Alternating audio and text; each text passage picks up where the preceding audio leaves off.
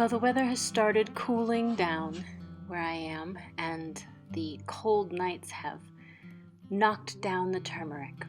Some of you may remember that I decided this year I was going to try growing Curcuma cassia, or black turmeric. It's actually fairly blue inside, and I was excited to see if it would be a good dye plant or what kind of medicine I could make with it.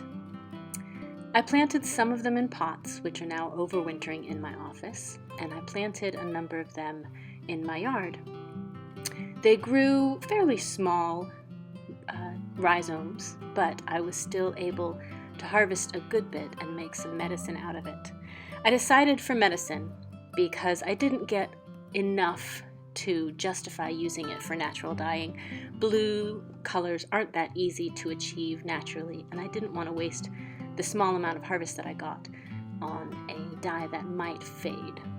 So I harvested my black turmeric and initially was a little disappointed, I will admit. I didn't get a huge harvest. I was expecting bigger growth, and it looked from the outside to be very white. I didn't see any blue color when I first dug it up. The outsides looked pale and pinkish white, but I went ahead and cleaned everything off and cut off the little rootlets and brought the tubers inside, or the rhizomes inside, so I could chop them up and see what I had. When I broke a couple of them open, I saw that there was some nice blue color inside. Not as dark as I was expecting initially, but I was still very excited.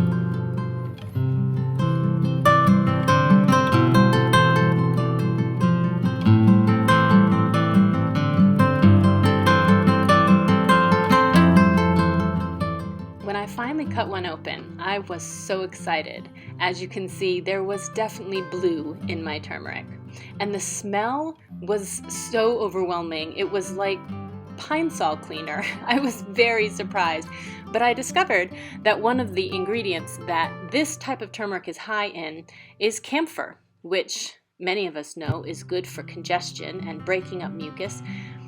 And this type of turmeric is also good for inflammation, asthma, and many other things. So I decided to go ahead and make a tincture out of it.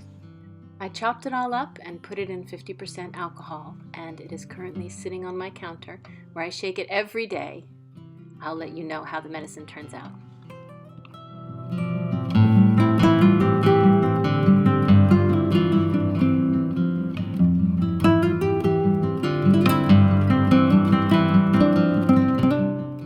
Since we last talked, my fire cider has finished its steeping and is ready to be strained.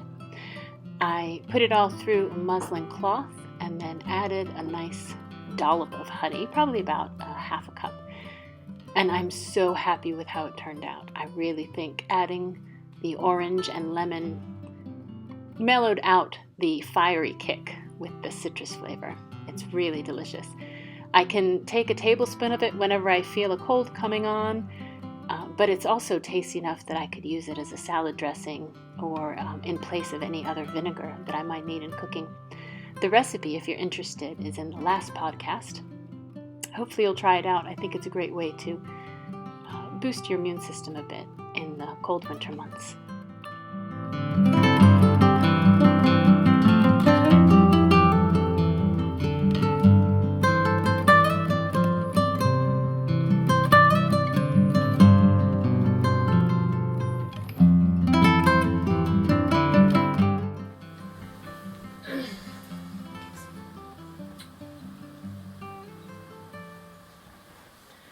Good morning, friends. I hope you're all doing well.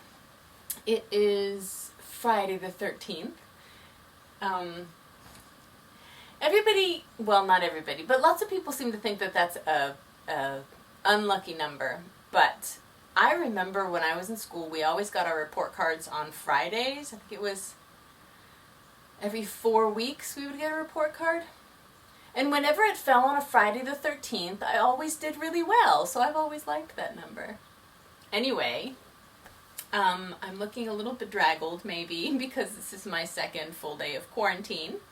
I am living out in my studio for the next week because last week, last Tuesday, when I was working I worked the election polls. I was a party judge at one of the local precincts. And I'll tell you about that later because it was really cool and I had an amazing experience. But apparently someone that I worked with has tested positive for COVID and was potentially carrying it while they were working. Contagious. So to be safe, I am in my office for the next week. It has to be 14 days from the day that you have come in contact with the person who tested positive, and so a week of that has already gone by, almost a week and a half.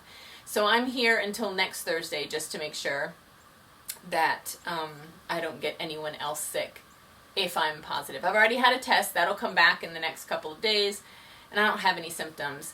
And because of where I was, it's unlikely that I was infected. But let me tell you what happened.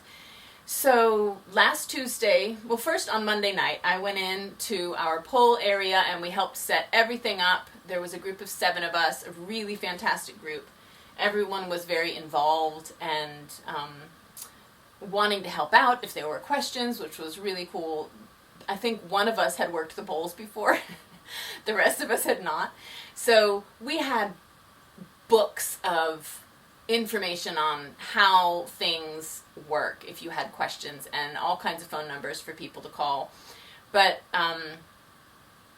everything came in secured. There were little locks on ballots and boxes to make sure that nothing could be tampered with. And I'm telling you this because there's so much discussion of fake ballots and fake voting. It could not have happened. I even sat there and thought about it while I was there. If I were someone who wanted to place fake ballots, how could I do it? And I couldn't think of a way. Everything was calculated. Everything was registered to a specific person, numbers connected so that no one could put in anything fake without it without us being able to find that. Like, there was all kinds of paperwork where this one had to go with that one and that one had to go in here and this one then was put in that box, and like everything was traceable, which was very cool and gave me faith in our system. But we had the whole room set up so that tables were spread out, booths were spread out where people were voting. As soon as someone walked, well, we only had a certain number of people in the room at a time so that the line could be spread out and people could be distanced. As soon as someone came to the main door, they were given a mask. Their hands were sprayed if they didn't already have a mask. So we made sure everybody stayed safe, and everybody who was handing out ballots or taking information was behind plexiglass. So, as many measures were taken as possible other than doing the whole thing outside. So that was really nice. I was working the help desk, so I was there for people who needed to cast a provisional ballot, which is something, if for some reason you weren't in the computer system, or it looked like you'd already voted, or you weren't registered yet, something where it didn't follow the standard rule of how you should vote.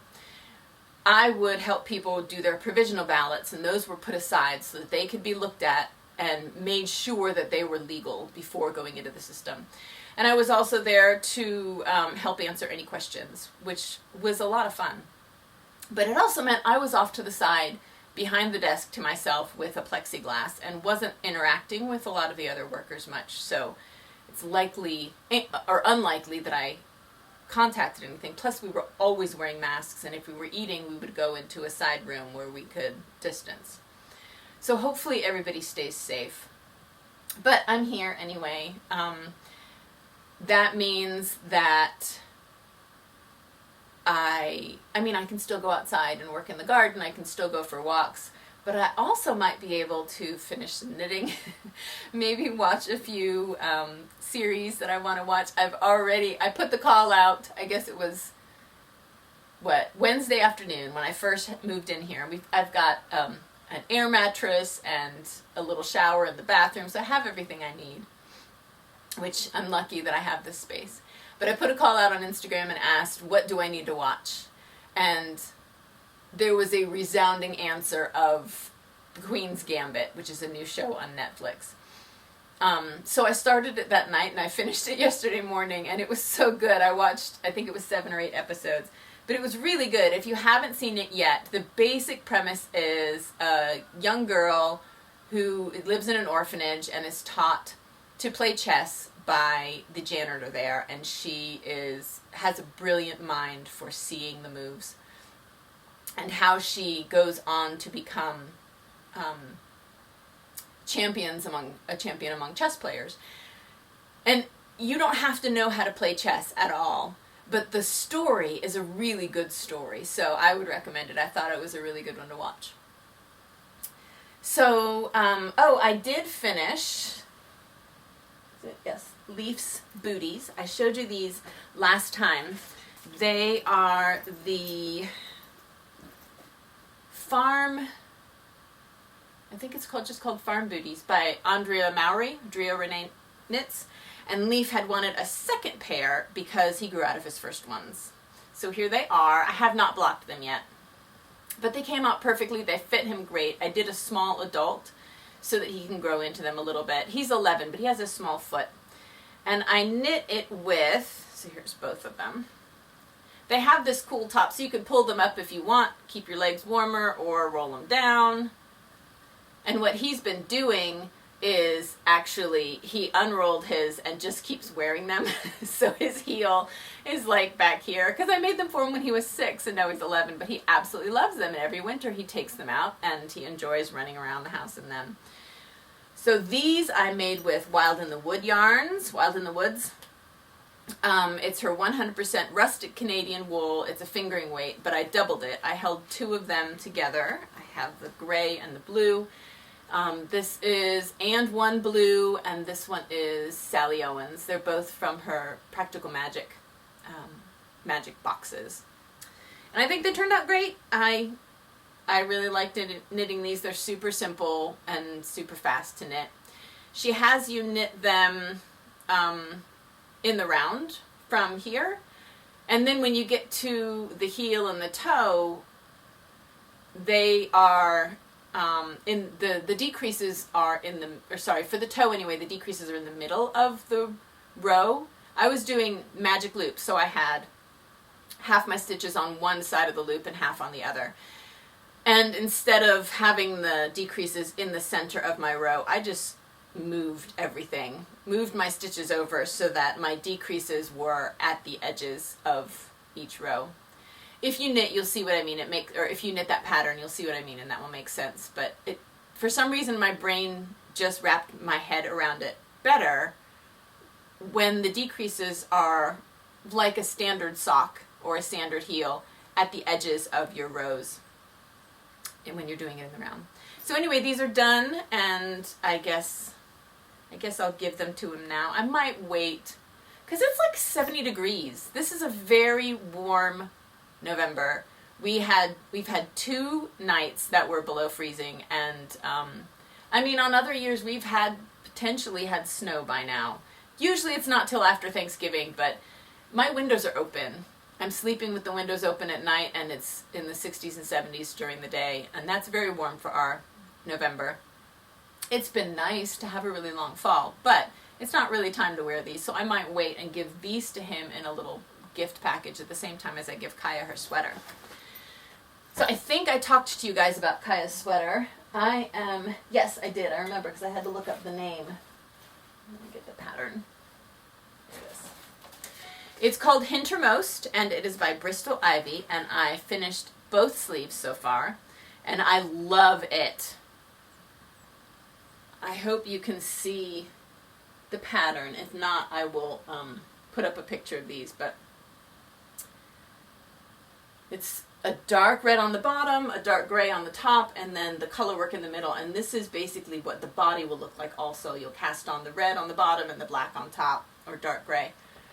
And this is going to be Kaya's super cozy wrapped cardigan, her collegiate cardigan. So let's see, what have I done differently so far? There is a tubular cast on. And I tried for an hour. I've done tubular cast-ons before, but it just wasn't clicking this time. And it's a long process to cast on.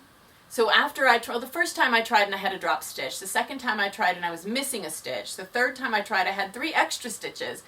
I don't know what was going on, but after trying for an hour I was like, forget this, I'm just going to do my standard German twisted cast on. Because I was thinking, I'm going to have 200 plus stitches to cast on for the body, and if I can't even do it for the few stitches of a sleeve, I'm not going to do it. But it looks just fine because you end up doing brioche for the cuff, which makes it nice and puffy, and you can't really even tell that it's not a tubular cast on.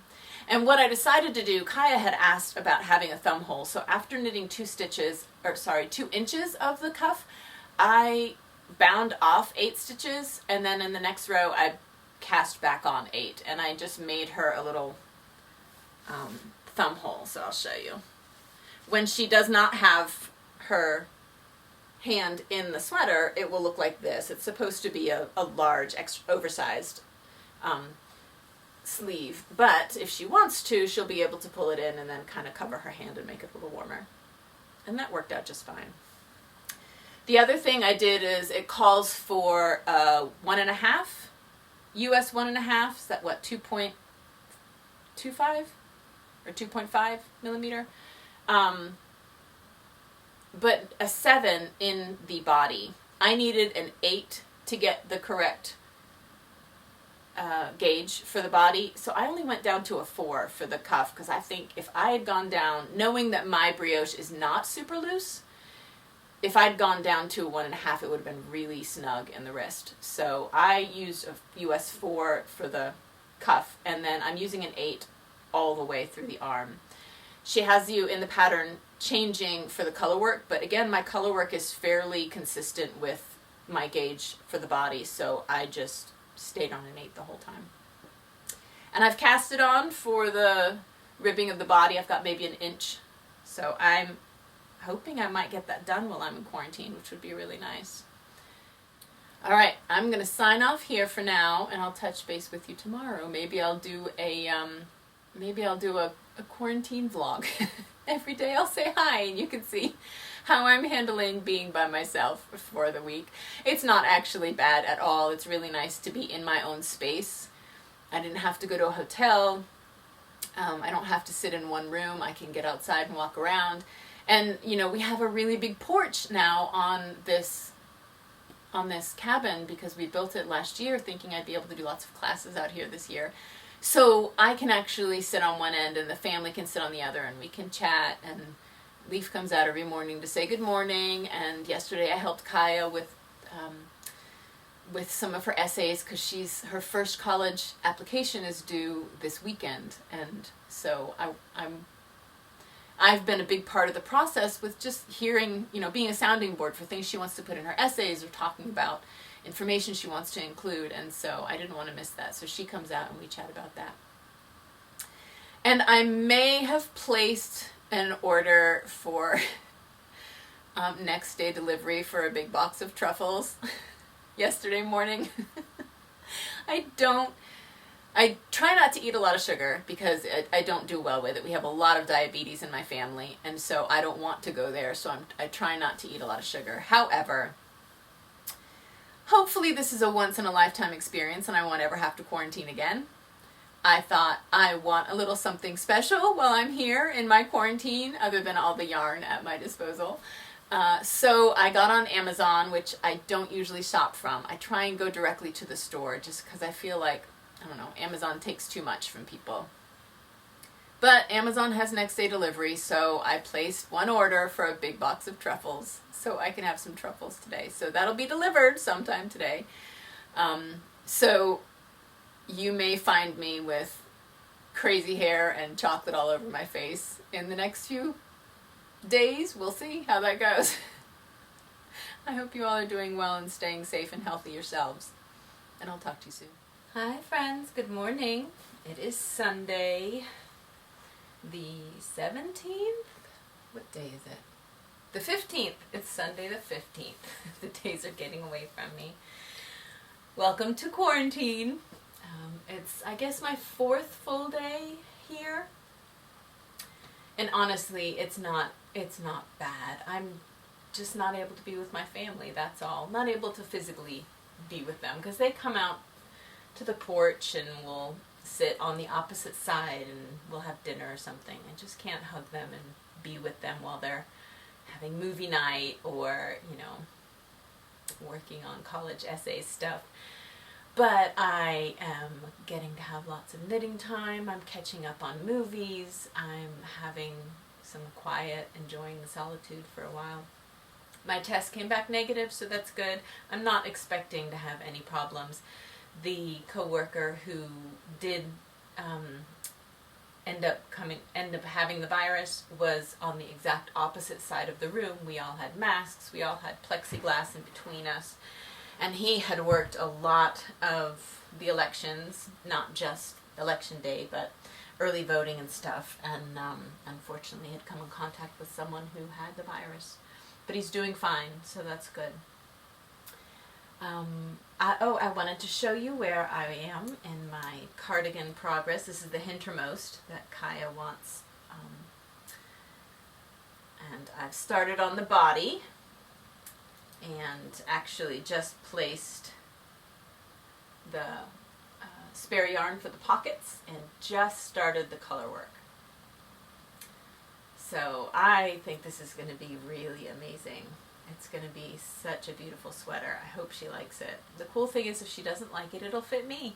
But she's already expressed how much she thinks she's going to like it. I'm changing up the color work just a little bit on the bottom and top of the colorwork section. There are a lot more, I think they're called fleas, where there are little speckles of the opposite color, and she doesn't want all of that, and she just wants it to kind of continue down just in the row of the main pattern. So I'll show you what I mean when I get there, but I think it's going to look really good.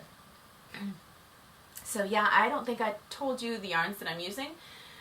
The red yarn is from Green Mountain Spinnery, and it is called Brick House. It's their music DK weight, M-E-W-E, like you, M-E-W-E-S-I-C. And it's American wool, and it's very soft and squishy, which is nice. That was one of my requirements, was that it be natural, that it not have nylon or polyester or anything in it. I just don't like knitting with them, and I prefer not to use plastics. And her requirement was that it be soft, not something that she felt like she'd have to wear something underneath that was long sleeved or that covered her skin, because she didn't want it to be itchy. So the music is really lovely. And then the black that I'm using, you can see it more here. It's either a very dark gray or a black with a little bit of yellow. And that is by Rauwerk, R-A-U-W-E-R-K, which I believe is, well, it's in Bavaria. And that's also 100% wool, and it's super squishy. So I'm really enjoying knitting with these. And because they're both a DK weight, it's going fast. It's been fun. Another thing I've been doing is catching up on a brand new podcast to me that is put out by my friend Sophie, who is in Transylvania. And she and I met virtually. We've never met in person, but she was one of my first test knitters and has always been an amazing support and super, super sweet woman. And she has 2 episodes out so far. She may have a 3rd one out by the time this quarantine is over, and I'll let you know. But it's called Berke Creations, B-E-R-K-E, and it's knitting, but also crafting, a bit of gardening and plants, and she has a very soothing voice to listen to, so I think you guys will like it and you should check it out. They're short episodes, but really lovely to see what she's been working on and the land that she lives in, or lives on. So I think that's all for this morning. I'm here again with cookie dough, and Maxine is laying on the bed. Every morning, as soon as I get up, I guess they can hear me walking down the stairs in the loft because it's creaky. I see them bolting across the yard from the house, because usually they'll have been let out by then because they sleep inside at night.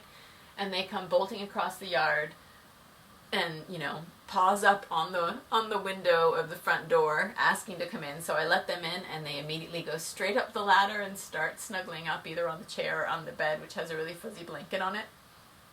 And they stay here all day long.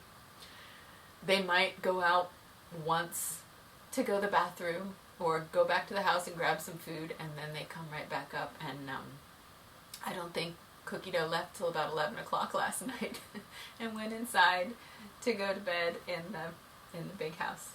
So it's nice to have their company. Yeah, well, have a wonderful Sunday, and I'll chat with you again soon.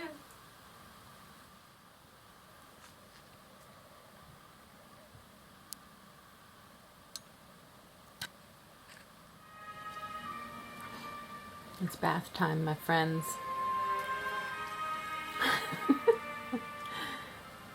Now 3 out of the 4 are in here. It is a cozy, sunny space.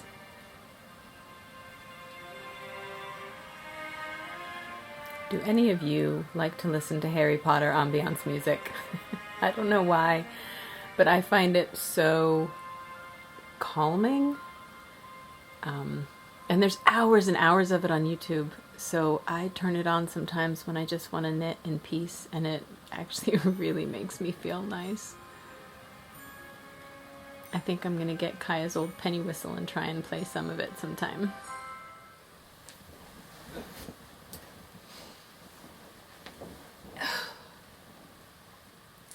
Hey everyone, I have 1 day left tomorrow for quarantine. I have been knitting and knitting and knitting. This is how far I've made it for Kaya's cardigan. I have made it through the color work at the waist, and now I'm just going in circles in the black until I get to the sleeves. I'm a little tired. Just tired, but also tired of being in this place. I'm glad I get to go outside and walk around. Kaya and I did a Zoom call today because she submit her first college application to the place that she wants to go the most. She is applying to Amherst College, which is like 12.5 hours drive away. So hopefully she'll get in. She has the grades and everything, but everybody else does too. So, you know, she needs to set herself apart somehow. So she's written some really beautiful essays and has some great recommendations. So we'll see. Hopefully she'll get in. We'll know in about a month. But yeah, 1 more day. Tomorrow I'm going to get everything cleaned up in here, and then Wednesday morning I get to go home, which will be really nice to be able to hug everyone. So I'll keep you up to date. Hopefully I'll get a little bit more done on this. And then next I am thinking of casting on another one of my Maria's jumpers. I want to do it, I think I told you I want to do it in a larger weight yarn. It's a DK weight yarn that I got from Uradale. I picked up a really beautiful blue to do another sweater in. We'll see. Hope you guys are having a good evening. Well, hello. Here I am. I'm at home, and it feels really nice to be home. I mean, I loved staying in my studio. It was this, you know, I had all my stuff, and it's quiet, and, you know, can do whatever I want at the time because everything else is being taken care of back here. It would have been a vacation if it weren't for wondering whether or not I was going to get sick. But luckily, I'm healthy. Everybody in the house is healthy, and we're all doing fine. So I almost finished Kaya's sweater. I ran out of yarn. So let's see, here it is so far. It's going to be super big and cozy. I just need to finish off the shoulders, steek it, and do the, what is it called? The center band, I guess. The button band. And then put in the pockets. So I'm waiting on one more skein of yarn. I got it from Prado de Lana up in Massachusetts. And so luckily she had an extra skein she could send me. So, because the black yarn is from Europe. So that way I don't have to wait forever to finish it off. Kaya's like, it's fine, I can be patient. And I was like, well, I'm not. I want to finish the sweater because I love having the finished product. You know me, I'm not much of a process knitter. But while I'm waiting, I decided to start on my next sweater, which is going to be a larger version or a heavier weight version of Maria's jumper, which is the one that I made a knit to fit sweater. So I got some more of the Uradale yarn. This is their DK weight, and it's a gorgeous blue. And I'm just doing a little swatch here to see what I'll need to cast on. If anyone wants to join, I'm going to open up a Ravelry group so that if people want to do a knit along, it won't have any timeline or anything. Just come on in if you have questions, if you need support figuring out how to get your measurements or your gauge or how to knit a sweater to fit you, then I think that'd be fun. We could support each other. And if people want to follow my cable design and the Maria's jumper design, that would be awesome. And I'm pretty sure that Uradale Yarns still has some kits for Maria's jumper in the fingering weight. And they also have a DK weight, and I think they now have really beautifully dyed Aran weight. So you could do it in, any weight yarn. Yeah, so I'll put that up on Ravelry if someone wants to join. And the only other thing I wanted to talk to you guys about is cotton. So I was growing cotton this past summer to see if I could grow colored cotton in my yard. I probably could have put it in a different area because it wasn't growing especially well on the hill where I had it. And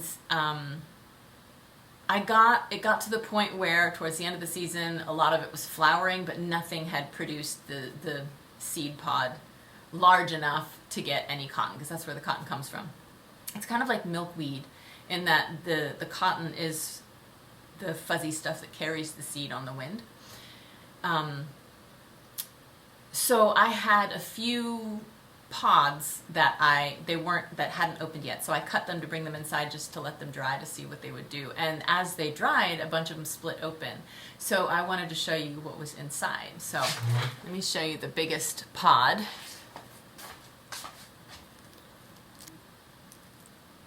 So this one is the biggest one. You can see where it split and the cotton that's inside. It doesn't look all fluffy like you would find out in a real cotton field. But let's open it. So here's this little, you see that? It just keeps getting fluffier and fluffier, and there's some seeds in there. This is a brown cotton that I was growing.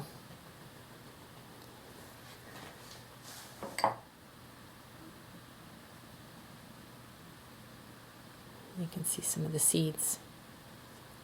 So I don't have a lot. I don't have enough to spin, but it was really fun to see the process of how it grows.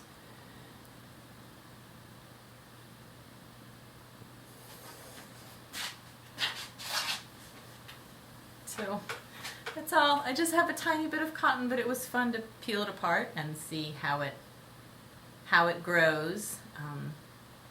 I don't know if I'll try again next year or not. It would be really cool to get a good harvest so that I could spin it, but I think it's just not the right, I just don't have the right location for that. But I love that I grew brown cotton. I think I had a couple green cotton plants too, but they didn't produce anything. They started flowering, but they didn't produce anything. I think that's it for this episode. I hope you guys have a wonderful end to your November. I'm not sure when I will be back on the screen. We have to travel to Philadelphia for an appointment that we've been waiting for the last almost 2 years. And I'm not going to tell you anything more about it. I don't want to jinx anything. But maybe when I see you next, I'll be able to tell you how that went. So yeah, in the beginning of December we'll be traveling. So maybe it'll be mid-December when I see you guys again. I hope you're all doing well. Love you guys.